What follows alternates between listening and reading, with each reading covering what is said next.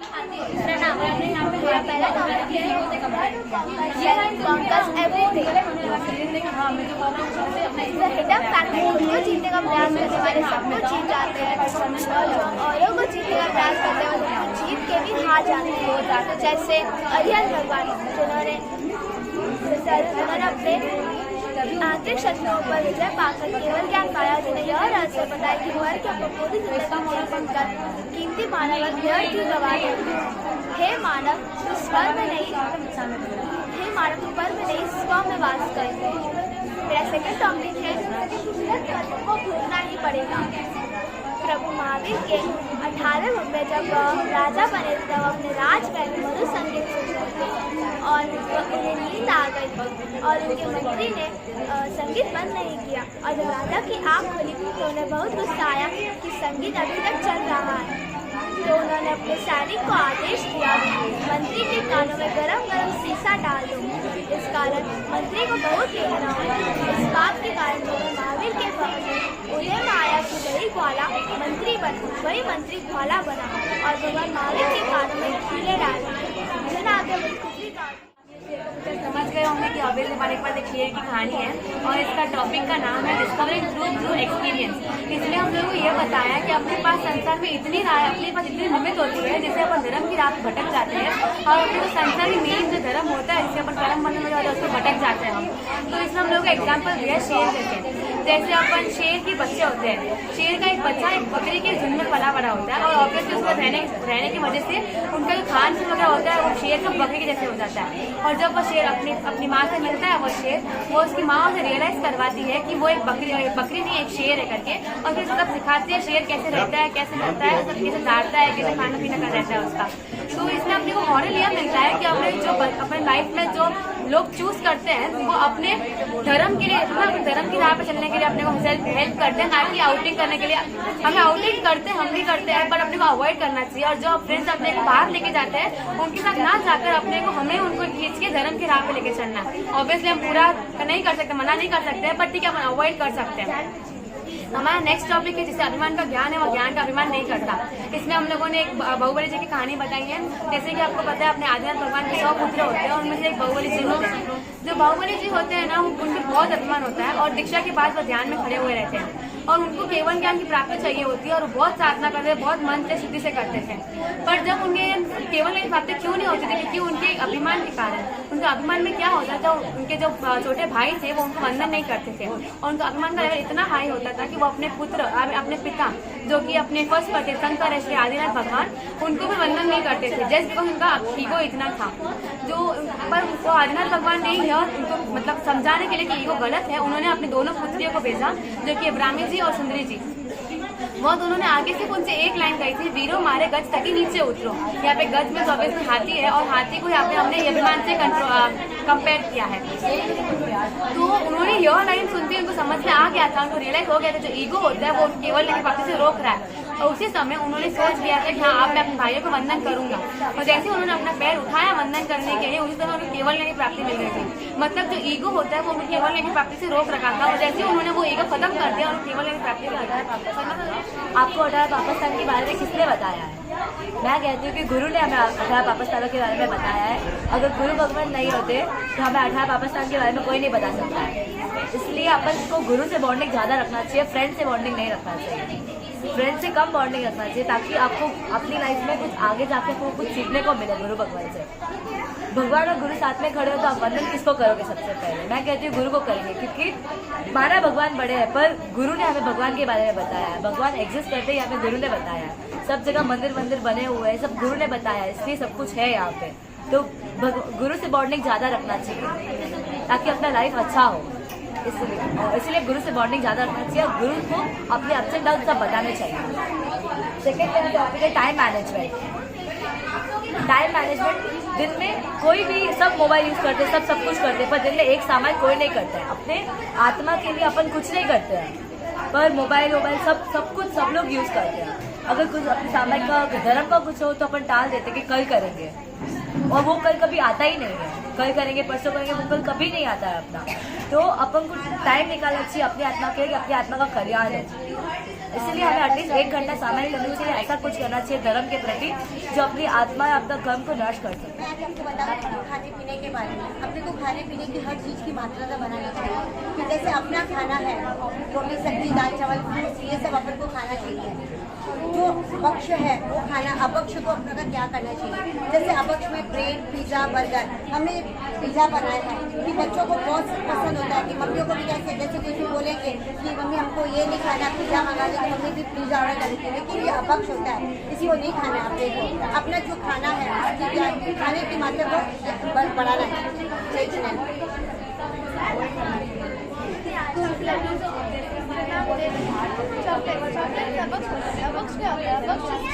अनंत जीव हो असंख्य जीव हो उसे अपक्ष कहते हैं। अगर हम चॉकलेट खा रहे हैं तो एक लिमिटेशन रखना चाहिए, मतलब एक वीक तक होगा उसके बाद नहीं होगा। और चॉकलेट हमारे लिए बहुत हानिकारक होते हैं, इसमें बहुत चीज़ें मिलाई जाती हैं। शाब्दिक शिक्षा ग्रहण करना, जैसे कि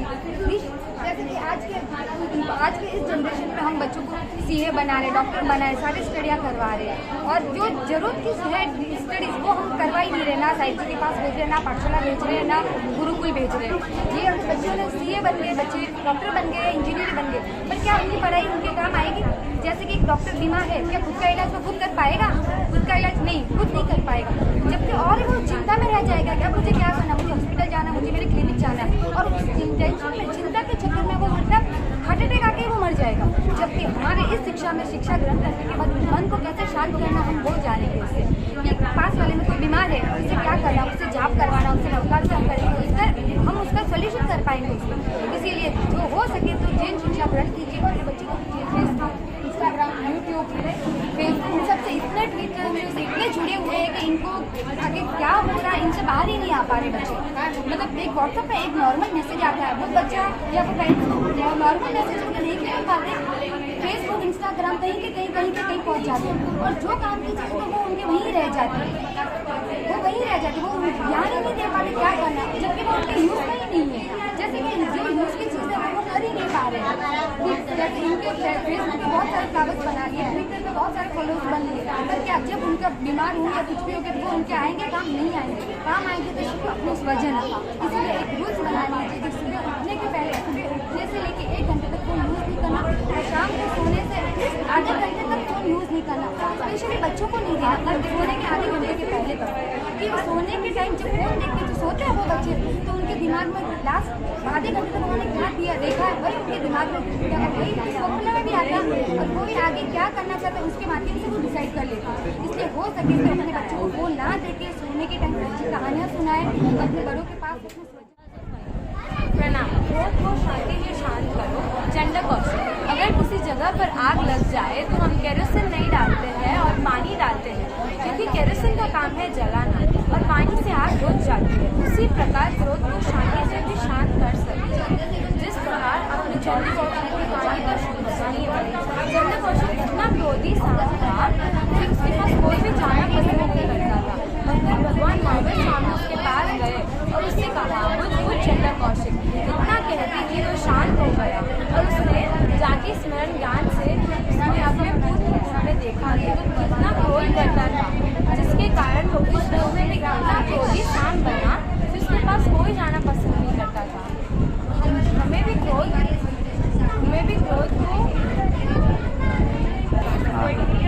को शांत करने के लिए 3 स्टेप्स हमें फॉलो करने हैं। जब हमें क्रोध आए तो पहले हमें मौन ले लेना है, दूसरा उस जगह से हमें चले जाना है, तीसरा जिसके ऊपर हमें क्रोध आ रहा है उसके बारे में हमें अच्छा सोचना है, जिससे है ना हमें जो क्रोध आएगा ना वो कम हो जाएगा।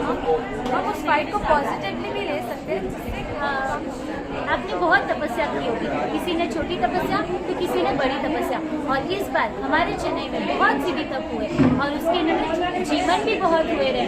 तो आपने कभी ध्यान दिया है कि जिस जीवन में आपने जिस रसोई वाले को रखा है उसने किस चीज़ों का इस्तेमाल किया है? उसने पानी छान के वापरा है या नहीं?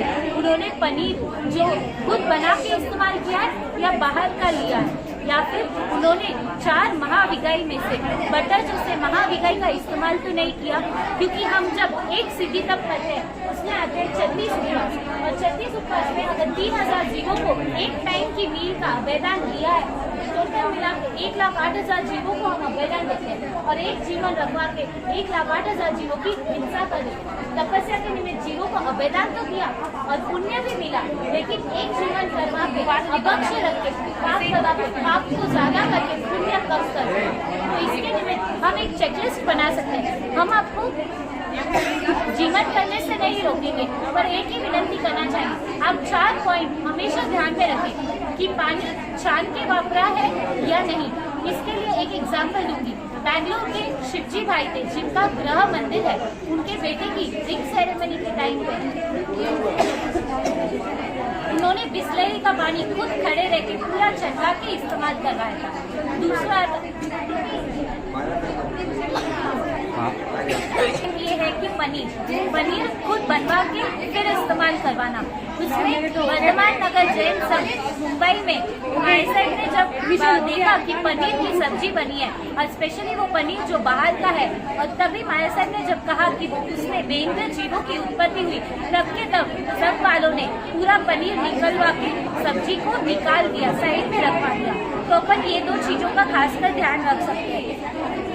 के बाद खाना बनवाना चालू करना, इसमें लेट होगा, एक्सपेंसेस ज्यादा होंगे, लेकिन हम पापों से बचेंगे। एक बार अगर आपने सामूहिक में जीवन करवाया तो आपको सारे लोगों का पाप आपको सिर्फ लगेगा, ना कि सबको, क्योंकि उनके निमित्त आपके निमित्त उनको खिलाया है और उसमें आपने अभक्ष्य रखा, तो उसका पाप आपको ज्यादा लगेगा। यहाँ पे 22 अभक्ष्य की लिस्ट है, उसमें से मेन ध्यान रखने जैसा है रात्रि भोजन, दही वड़ा, आचार, अंजान फल, बहुबीज, मिट्टी, मांस, मदिरा, मक्खन, तुच्छ फल और तुषार यानी आइस का बहुत ज्यादा इस्तेमाल होता है आजकल जीवन में। कोई भी जूस पिया उसमें भी आइस का इस्तेमाल किया, तो वहाँ पे अभक्ष्य आ जाता है, तो वो भी हमको अवॉइड करना चाहिए। आगे बढ़ते हैं स्नातक पूजा की तरफ। आप जब पुराने घर से उस बार में शिफ्ट हुए रहेंगे, तब आपने स्नातक पूजा तो रखवाई होगी, और उसमें आपने मेहमानों को नाश्ता भी कराया होगा, और उसमें आपने रखा होगा काकड़ा का दूध और माया चाट की कचौड़ी। तो आपने कभी जाके काकड़ा वाले को पूछा है कि उसने दूध कौन सा इस्तेमाल किया, कल का था या आज का फ्रेश निकाल के यूज किया, या फिर माया चाट वाले को जाके पूछा है कि उन्होंने जो तेल इस्तेमाल किया वो जैन कचौड़ी और नॉन जैन कचौड़ी के लिए अलग किया है या नहीं किया है। तो वहाँ पे अपन अभक्ष्य का इस्तेमाल करें। स्नातक पूजा तो मंगल कार्य के लिए करवाई, लेकिन वहाँ पे अमंगल हो जाता है जब आप अभक्ष्य खिलवाते हैं। और खासकर हमने ये भी देखा है कि जब स्नातक पूजा चल रही होती है, एसी का यूज होता है, एसी में चौथाई जीवों की विराधना होती है, तो वो भी हमको अवॉइड करना चाहिए।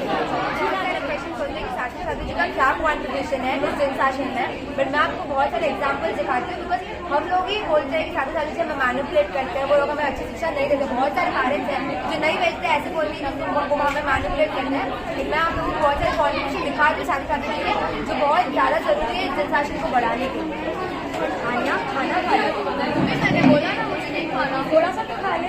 अरे यार माँ को थोड़ा मत खाना चार्जर है बबल आया मतलब सब आसक्शन रहेगा, सब ठीक हो गई। हर चीज़ का सजेशन आसक्शन, कुछ भी हो तो आसक्शन ठीक हो गई, आसक्शन से प्रभाव आ जाएगा। बट हम उसको कुछ ट्राई नहीं करते सॉल्व करने का, हम ही बोलते हैं कि वो उस चीज़ में नहीं करते, वो हमें मैनिपुलेट करते, तो हमें ट्राई करना चाहिए कि हम उनकी रेस्पेक्ट करें। तो पहला टॉपिक है सेव वाटर। फिर यहाँ पे कौन पानी की बचत करता है, कितना करते हैं, 1 बकेट 2 बकेट, उससे ज़्यादा तो एक्चुअली ना दुनिया में इतनी स्कैर्सिटी हो रही है पानी की। अगर है ना देखें तो ना अपने जो गुरु भगवान ने साथ में जी, उन्होंने पानी की इतनी बहुत कम उपयोग किया, इतनी बचत की है पानी की। और ऐसे देखिए तो हम जैसे लोग पानी की बहुत दुरुपयोग कर रहे हैं, पानी की बिल्कुल बचत नहीं कर रहे। और दूसरा टॉपिक है पोल्यूशन फ्री। तो यहाँ पे कौन व्हीकल यूज़ करता है, तो उस वाल में वो भी घर से लेके मंदिर तक बिल्कुल यूज़ नहीं करना चाहिए, क्योंकि उससे पोल्यूशन होता है। और ऐसे देखें तो ग्लोबल वार्मिंग के बहुत इश्यूज हैं।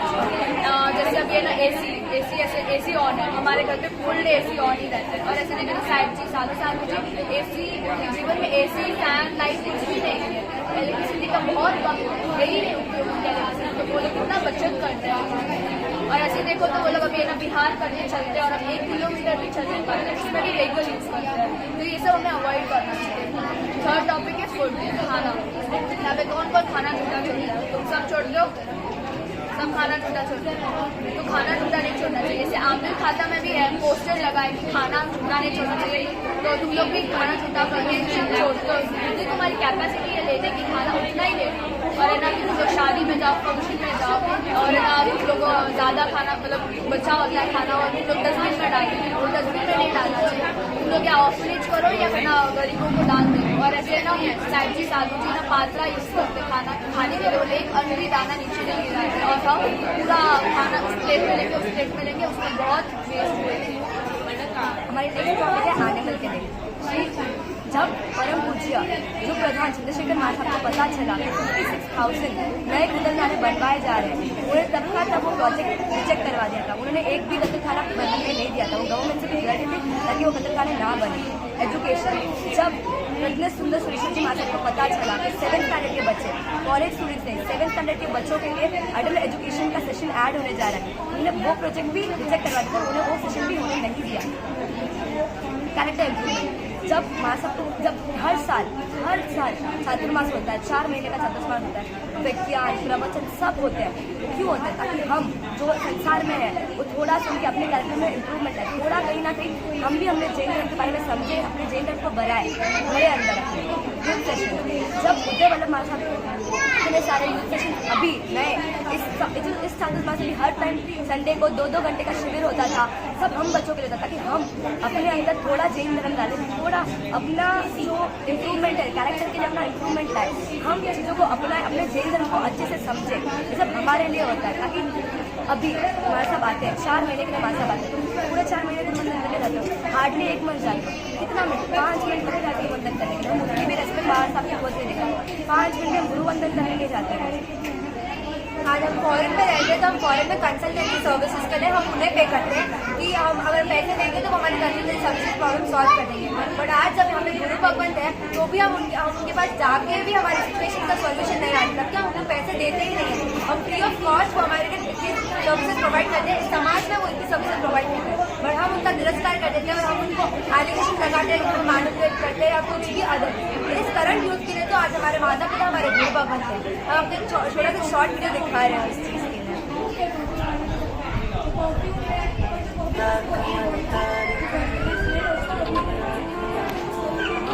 Backup change is not the only solution.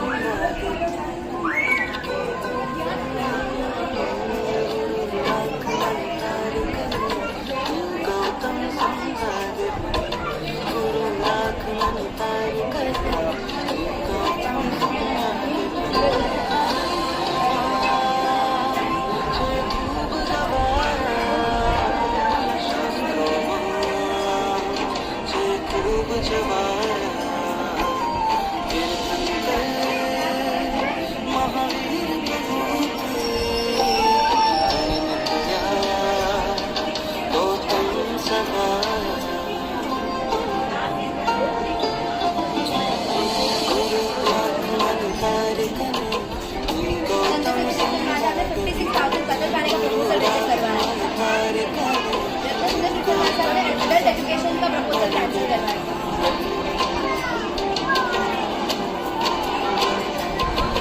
आज हमारे यहाँ पे इतने आचार्य भवन के ना हमारे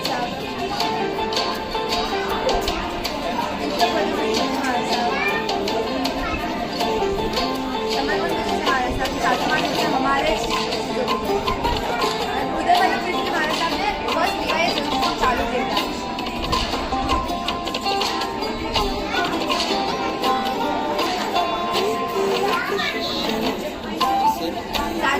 बहुत कॉन्ट्रीब्यूशन दिया, बहुत सारे लोगों ने करते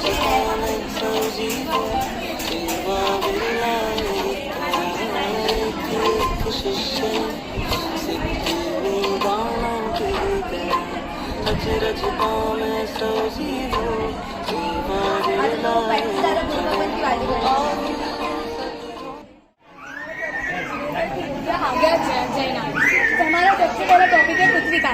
सॉल्ट दो तरह के होते हैं, रिफाइंड सॉल्ट और आयोडीन सॉल्ट। तो रिफाइंड सॉल्ट क्या होता है, जिस गुड पृथ्वी का के अंदर से जीव है ना ऑलरेडी अपने अर्थ के अंदर से निकला हुआ होता है, उसमें जीव प्रेजेंट होते हैं। तो रिफाइंड सॉल्ट और आयोडीन सॉल्ट जो है ना उसमें केमिकल्स ऐड हो जाते हैं, तो वो iodine salt is not good, क्योंकि उसके अंदर इतने सारे केमिकल्स हो, अलग तरह के आयोडीन केमिकल्स होते हैं ना, वो ऐड हो जाते हैं, उसकी वजह से अपने हेल्थ के लिए बिल्कुल अच्छा नहीं होता। और नमक होता है रिफाइंड सॉल्ट, जो सिंधा नमक, काला नमक और ना रेड नमक, रेड सॉल्ट, वही रेड सॉल्ट, तो तीनों है ना सॉल्ट होता है, वो तीनों सॉल्ट चल जाएगा कि वो ऑलरेडी उसमें है ना इतने केमिकल्स ऐड नहीं होता है, उसमें जीव भी इतनी उत्पत्ति नहीं होती है। जो टाटा सॉल्ट होता है उसमें केमिकल्स में भी इतने जीव और है ना अंदर से होते हैं ना, अर्थ के अंदर से निकलते उसके भी जीव, तो दोनों तरह के जीव उसमें होते हैं। तो सॉल्ट तो 3 तरह के रिफाइंड सॉल्ट ही। सेकेंड गोल्ड भी है ना, अंदर गोल्ड और निकलता है अर्थ के अंदर से, उसके अंदर ऑलरेडी जीव होते हैं, उसके बाद अपन उसको भी है ना हीट करते हैं, तो उसके अंदर के सारे जीव भी है ना मरते हैं, उसके बाद उसको बना के अपन पहनते हैं, तो पहनने से अपन एक तरह से जीव को मार के वो जीव पहन रहे उसके हिसाब से पाप लगता है। ध्यान रखना चाहिए कि अपन जीव को है ना गोल्ड नहीं पहना, गोल्ड कम से कम एकदम बीच जहाँ जरूरत है सिर्फ वही पहनना। थर्ड है सैंड, अपने चेन्नई में तो हर जगह बीच है, सब घूमने जाते हैं बीच में, तो वहाँ पे सैंड इतने सारे होता है, कोई इसमें कूदता है, भागता है, सब करता है। सैंड के अंदर भी है ना इतने सारे जीव होते हैं, क्योंकि इसके अंदर पानी भी होता है, पानी और सैंड का मिक्सर, मतलब जीव तो पक्का होना ही होता है। तो ऑलरेडी इतने जीव होते हैं, उसमें भागते हैं, दौड़ते हैं, पानी डाल के खेलते भी है ऊपर से, और तो उसमें और चीज होती है ना, प्रेरणा होती है, वायु की भी होती है, वायु की भी होती है। तो ध्यान रखना चाहिए कि सैंड में जाए तो धीरे चले आराम से, और पानी में तो जाए नहीं, क्योंकि वहाँ पे बहुत ज़्यादा जीव होता है। सेकेंड वनस्पति भाई, सॉरी सेकेंड आपका है फिल्टर।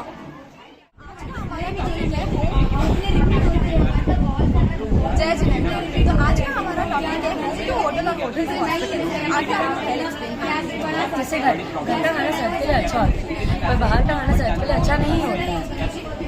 घर का खाना जो हमारी मम्मी बनाती है वो प्यार से बनाती है और हमारी सेहत के एकदम स्वस्थ होता है। बाहर का खाना भले ही हमें आसानी से मिल जाता है, पर वो हमारे शरीर के लिए बहुत नुकसानदायक होता है। घर का खाना तुरंत बन जाता है और फ्रेश होता है, बट बाहर का खाना फ्रेश नहीं होता है, बासी होता है। जैसे घर का खाना दाल चावल तुरंत बन जाता है और फ्रेश होता है, बाहर का खाना बासी दाल चावल पहले बना हुआ रहता है और फ्रेश नहीं होता। घर पर तो हम फ्रेश सब्जी लाते हैं, मसाले भी फ्रेश होते हैं और किचन तो साफ ही रहती है। होटल में पैसों के लिए सब्जियां भी सड़ी हुई लाते हैं, मसाले बताने कितने पुराने हो, अच्छी क्वालिटी हो या बुरी क्वालिटी हो, हमें कुछ अता पता नहीं रहता। मम्मी का खाना बहुत अच्छा लगता है सबको, पर जो सब अब्रॉड से आते हैं उनको ऐसा लगता है कि हम कब अपनी मम्मी का खाना खा सकते हैं। हम सैटरडे या संडे का वेट करते हैं कि हम कब फ्रेंड्स के साथ पार्टी में जा सकते हैं, और वो लोग वेट करते हैं कि हम कब घर आकर अपनी प्यारी मम्मी का हाथ का खाना खाएं। हॉस्पिटल हमें क्यों जाना पड़ता है, क्योंकि सारी बीमारी का जन्म अपने पेट में ही होता है। हम घर का खाना छोड़कर बाहर का खाना खाते हैं, और जब बाहर का खाना खाते हैं ये तो पक्का ये करके हमें हॉस्पिटल तक जाना ही है। हॉस्पिटल जाने के बाद हमें पता चलता है कि हमें क्या हुआ है, और हॉस्पिटल जाने के बाद हमें पता चलता है कि हमें क्या हुआ है। हॉस्पिटल में भी खर्चे, घर पे भी खर्चे, एट द एंड हेल्थ खराब और खर्चे ही खर्चे। हॉस्पिटल में ऐसे जो दवाइयाँ देते हैं वो हमारी हेल्थ के लिए अच्छी करने के लिए देते हैं, पर एक्चुअली वो दवाइयों के भी कितने साइड इफेक्ट्स होते हैं। जितना हो सके हमें इन सब चीज़ों को अवॉइड करना चाहिए। अभी हम लोग नॉर्मली शादी कैसे करते हैं, डेस्टिनेशन वेडिंग और हाइट वेडिंग करते हैं। तो अभी डेस्टिनेशन वेडिंग में हम लोगों ने इसको 3 पार्ट में डिवाइड किया है। एक्सपेंसेस, तो पहला expenses, would it make you happy. अभी हम लोग बहुत लोगों को शादी में बुलाते हैं, लेकिन शादी में सब लोग अभी पंचायत लेके बैठ जाते हैं लास्ट में, तो वो पंचायत में वो लोग डिस्कस करते हैं कि शादी तो पूरी अच्छी हुई लेकिन खाना अच्छा नहीं हुआ, ये सब बात करते हैं। उसके बाद नेक्स्ट है you need to borrow money for the wedding. अभी हम लोग ज़्यादा ही हाई सेविंग करते हैं, तो उसमें हम लोग अपने में पैसे नहीं होते कि पूरा उस शादी में डाल सके, तो उसमें हाई वेडिंग में हम लोगों को थोड़ा तो मनी बोरो करना ही पड़ता है, क्योंकि हम लोग बहुत बड़ी वेडिंग करते हैं। तो या तो फिर इतने पैसे रखो कि पूरी शादी हो जाए, या फिर इतने पैसे को जो रीपे कर सके हम लोग। फिर हू वुड यू इनवाइटिंग? अभी हम लोग किन लोगों को बुलाते हैं, पापा के चाचा का लड़का, फिर मम्मी की मासी की लड़की, जिनको हमने लाइफ में कभी नहीं देखा होता, और उन लोगों को शादी में बुलाना ही पड़ता है क्योंकि रिलेशन लगता है। उसके बाद तो उनके सामने शादी करने से क्या मतलब अगर हम लोग उनको जानते ही नहीं है। तो who is paying for the wedding? Normally parents ही पे करते हैं क्योंकि अभी बच्चे सेटल हुए हैं तो उनसे पैसे क्यों ले, तो पेरेंट्स ही पे करते हैं। लेकिन पेरेंट्स पूरी तरह से हमारी शादी में एंगेज नहीं हो पाते क्योंकि उनको काम होता है कि या तो फिर रूम सबको अलॉट हुई कि नहीं हुई, फिर खाना सबको मिला कि नहीं मिला बराबर से, और खाना कम तो नहीं पड़ा। फिर दूसरा है वेस्टर्न पार्टी, पूल पार्टी, वो आपका जीवन की हिंसा होती है उसमें। और ये पूल पार्टी शादी के बिना अधूरी है और उसमें अल्कोहल वगैरह सब चाहिए। और उसके बाद है हुक्का पार्टी, उसमें फ्रेंड्स बोलते कि क्या चलो हुक्का मारने चलते करके, मतलब सब पूरे ग्रुप लेके जाते तो मम्मी पापा भी हाँ बोल देते करके। और थोड़ा लेने से भी हार्ट रेट और ब्लड प्रेशर बढ़ता है उससे। फूड के दो प्रकार है, पहला वेस्टेज ऑफ फूड, दूसरा non vegetarian catering services. Wastage of food जैसे अगर हम लोग 80 लोगों को रेस्टोरेंट में इन्वाइट करते हैं और अगर हम लोगों के 100 दिन के हिसाब से खाना बनाते हैं तो सब खाना खाने के बाद फूड आके जो एक्स्ट्रा बचता है वो वेस्ट होता है, हम लोग गरीबों को भी नहीं दे सकते। दूसरा है non vegetarian catering services. Non vegetarian catering services में अभी हम लोग बाहर से अगर वो रिसोर्ट को देखते हैं, हाँ ये अच्छा है करके, और एक रेटिंग के हिसाब से हम लोग जाते हैं, हम लोग किचन के अंदर जाके नहीं देखते कि वो वेजिटेरियन है कि नॉन वेजिटेरियन। जिस बर्तन में उन्होंने आके नॉन वेजिटेरियन बनाया उसी बर्तन में